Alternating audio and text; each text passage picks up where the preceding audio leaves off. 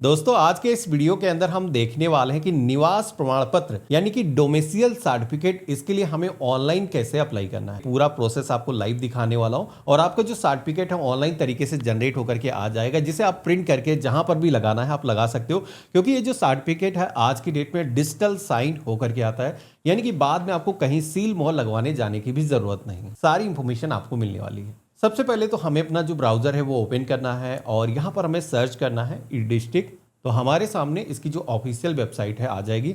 वैसे इस पोर्टल का जो लिंक है हमने वीडियो के डिस्क्रिप्शन में और आपको पिन कमेंट के अंदर भी दे रखा है, जहां से भी आप डायरेक्टली इस पोर्टल पर आ सकते हो। अब यहाँ पर आपको आय प्रमाण पत्र, निवास प्रमाण पत्र या फिर डोमिसाइल सर्टिफिकेट किसी के लिए अप्लाई करना हो तो उसके लिए सबसे पहले तो आपको लॉगिन करना होगा।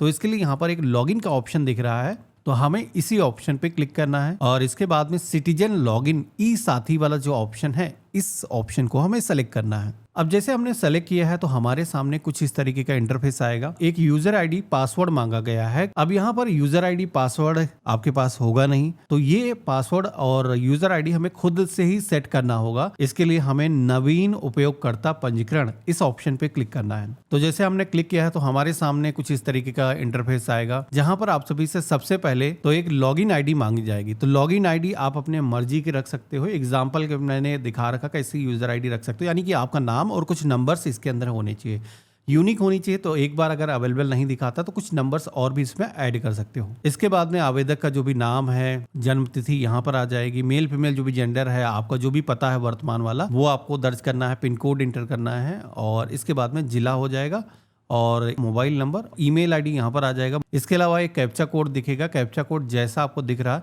सेम आपको वैसा ही फिल कर देना है और इसके बाद में सुरक्षित करें के ऑप्शन पे क्लिक करना है। तो इस तरीके से हमारा जो यूजर अकाउंट है वो क्रिएट हो जाएगा। आप देखोगे कि सफलतापूर्वक अकाउंट हमारा बन चुका है। अब हम लॉगिन करके अगर हमें कोई डॉक्यूमेंट बनाना है तो बना सकते हैं। तो चलिए यहाँ पर लॉगिन पेज पर हम आ चुके हैं। लॉगिन आईडी हमने यहाँ पर इंटर किया है। इसके बाद में एक पासवर्ड या फिर ओटीपी मांगा जाएगा। तो देखो पासवर्ड पहली बार आपने बनाया नहीं होगा तो ओटीपी आता है आपके मोबाइल फोन पर। जैसे आप अकाउंट बनाते हो वो यहाँ पर ओटीपी आ जाएगा। कैप्चा कोड जैसा है सेम आपको यहाँ पर दर्ज कर देना है और इसके बाद में सबमिट करना है। तो पहली बार आप आओगे तो पासवर्ड जैसे कि मैंने बताया सेट करने के लिए बोला जाएगा। तो ओटीपी जो आपके फ़ोन पर आया था जिसके जरिए आपने लॉगिन किया वो यहाँ पर दर्ज करोगे और इसके अलावा नया पासवर्ड जो भी आप रखना चाहते हो यहाँ पर दर्ज करना है। कन्फर्म के सेक्शन में रिपीट अपना जो पासवर्ड है वो सेट कर लेना है और इसके बाद में आप सभी को पासवर्ड बदलें इस ऑप्शन पे क्लिक करना है। तो इस तरीके से अब हमारा यूजर अकाउंट क्रिएट हो चुका है। पूरी तरीके से लॉगिन करके हम अप्लाई कर सकते हैं। तो हमने फटाफट लॉगिन कर लिया है। अब यहाँ पर जैसे कि आप देखोगे कि डैशबोर्ड पर मल्टीपल सर्विसेज दिखाई गई हैं। आय प्रमाण पत्र बनवाना है, जाति प्रमाण पत्र बनवाना है या फिर निवास प्रमाण पत्र हो, हैसियत प्रमाण पत्र हो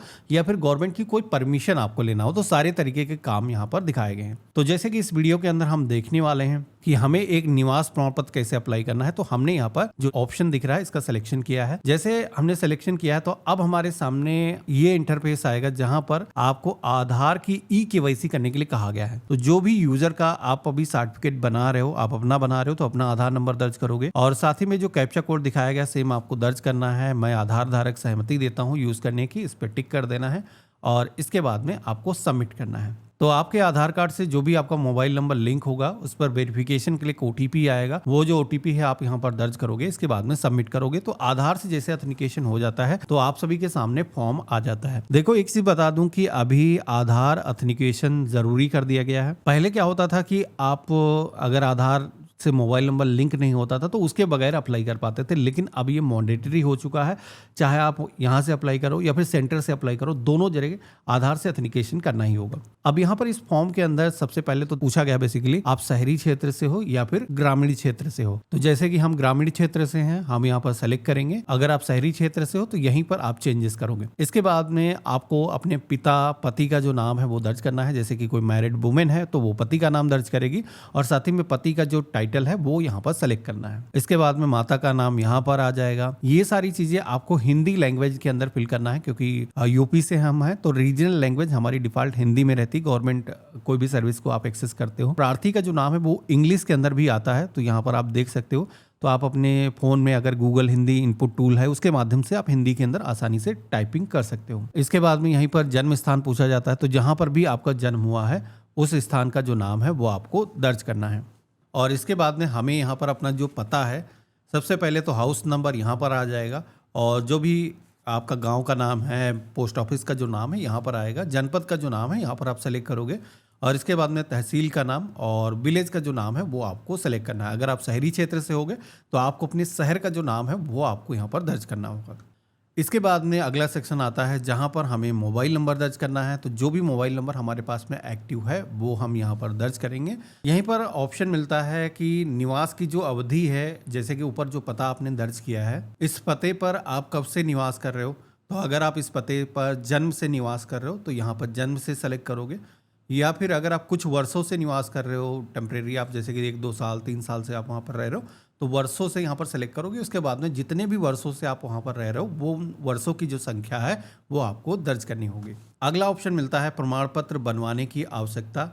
तो जैसे कि मैंने शुरुआत में बताया था, अगर आप स्कॉलरशिप में लगा रहे हो या फिर किसी भी नौकरी का फॉर्म आप भर रहे हो या फिर कॉलेज के अंदर मांगा गया है, तो जो भी आपका रीजन है आप यहाँ पर बता सकते हो, या फिर अगर आप नहीं डिस्क्लोज करना चाहते हो तो यहाँ पर ये भी लिख सकते हो आवश्यक कार्य हेतु आपका जो प्रमाण पत्र है तब भी जनरेट हो जाएगा। अब इसके बाद में यहीं पर पूछा जाता है क्या इससे पहले कभी भी आपका निवास प्रमाण पत्र जारी किया गया है। तो अगर आपने इससे पहले कभी भी अप्लाई किया है, बनवाया है, तो उसका जो प्रमाण पत्र नंबर अगर आपके पास में है तो बता सकते हो, इंटर कर सकते हो, उसके इसमें सीरियल नंबर उसका मांगा जाएगा, यानी कि प्रमाण पत्र संख्या मांगा जाएगा। अगर नहीं है तो कोई जरूरी नहीं है, नहीं भी आप यहाँ पर सेलेक्ट कर सकते हो। इसके बाद में पूछा जाएगा आवेदन शुल्क का भुगतान कर दिया है, तो जाहिर सी बात है करना ही होगा, हाँ का ऑप्शन यहाँ पर सेलेक्ट करना है। इसके बाद में आपका जो राशन कार्ड संख्या है वो यहाँ पर आ जाएगा।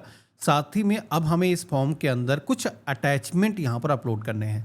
वो अटैचमेंट क्या रहेंगे, तो सबसे पहले तो शीर्षक के सेक्शन में आना है। तो यहाँ पर आपको मल्टीपल डॉक्यूमेंट के ऑप्शन मिल जाएंगे, जैसे कि यहाँ पर आपको फोटो अपलोड करनी होगी। इसके अलावा स्वप्रमाणित घोषणा पत्र हो गया, राशन कार्ड या फिर एक आईडी प्रूफ आपको अलग से अपलोड करना होगा। तो यहाँ पर हमने जैसे कि सेलेक्ट कर लिया, सबसे पहले तो फोटो हम अपलोड कर देते हैं।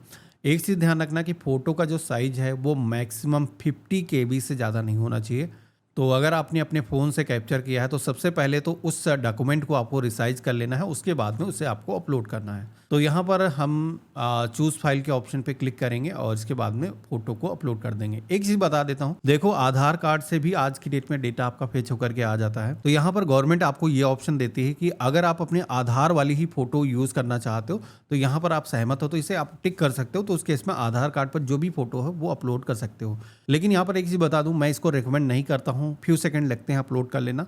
बेसिकली होता है कि आधार कार्ड पर फोटो आपकी पुरानी होती है और आपका जो है लेटेस्ट फोटो कम से कम होना चाहिए 2-3 महीने के अंदर की। अब यहाँ पर आप देखोगे कि फोटो जैसे कि हमने अपलोड किया है तो वो जो डॉक्यूमेंट है अपलोड हो चुका है, यहाँ पर मेंशन होकर के आ जाता है। इसके बाद में यहाँ पर निवास प्रमाण पत्र अगर आप बना रहे हो तो ये एक स्वप्रमाणित घोषणा पत्र है, आपको ये भी अपलोड करना होगा।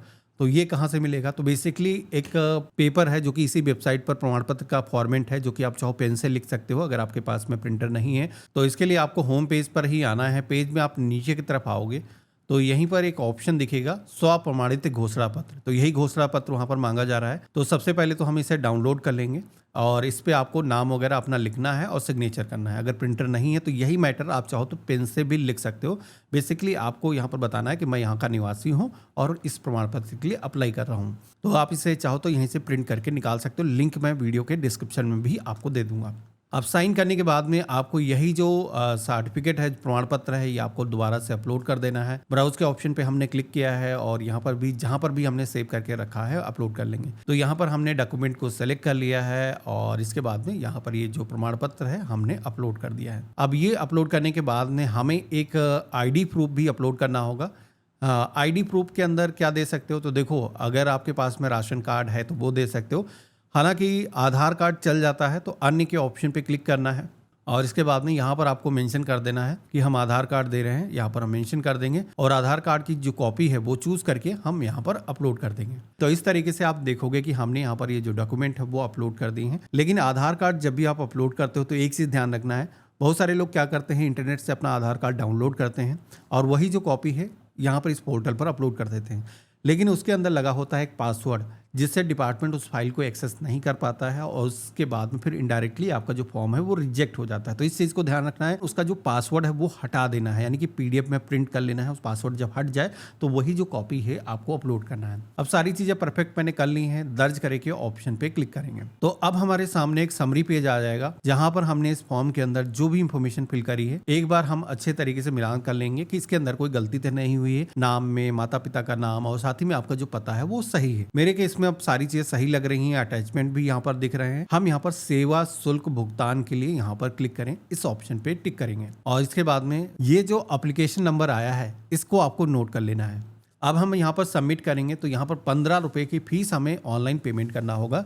तो हम ओके के ऑप्शन पे क्लिक करेंगे तो हमारे सामने पेमेंट गेटवे आ जाएगा, जहां पर ये जो फीस है हम चाहें तो credit card, debit card, net banking, UPI, wallet, multiple payment method मिल जाते हैं। किसी भी पेमेंट मेथड के माध्यम से हम कर सकते हैं। तो छोटा सा पेमेंट है, हम UPI से आसानी से कर सकते हैं। तो हमने UPI वाला जो ऑप्शन सेलेक्ट किया है तो हमारे सामने QR कोड आ जाएगा। अब ये जो QR कोड हम गूगल पे, फोन पे, भीम एप्लीकेशन के अंदर स्कैन करेंगे तो हमारा जो पेमेंट है वो हो जाएगा। पेमेंट होने के बाद में नेक्स्ट पेज आएगा, जैसे कि मैंने बताया था कि एरर आ जाता है अक्सर, और आज भी देखोगे कि मेरे सामने एरर आ चुका है। वैसे कोई दिक्कत नहीं है, अगर आपके सामने ऐसा कोई एरर आता है तो पैनिक होने की ज़रूरत नहीं है। अब आपको करना क्या है, दोबारा से कैसे स्लिप निकालनी है, होम पेज पर ही आ जाना है जहां से आपने अप्लाई किया है। तो वहीं पर एक ऑप्शन मिलेगा सेवा शुल्क भुगतान वाला। आपने देखा कि हमने पेमेंट तो कर दिया है, लेकिन पेमेंट करने के बाद में उसकी जो पेमेंट स्लिप है वो हमारी नहीं निकल पाई थी। तो इसके लिए हम सेवा शुल्क भुगतान के ऑप्शन पे क्लिक करेंगे तो अब हमसे यहाँ पर एप्लीकेशन नंबर मांगा जाएगा।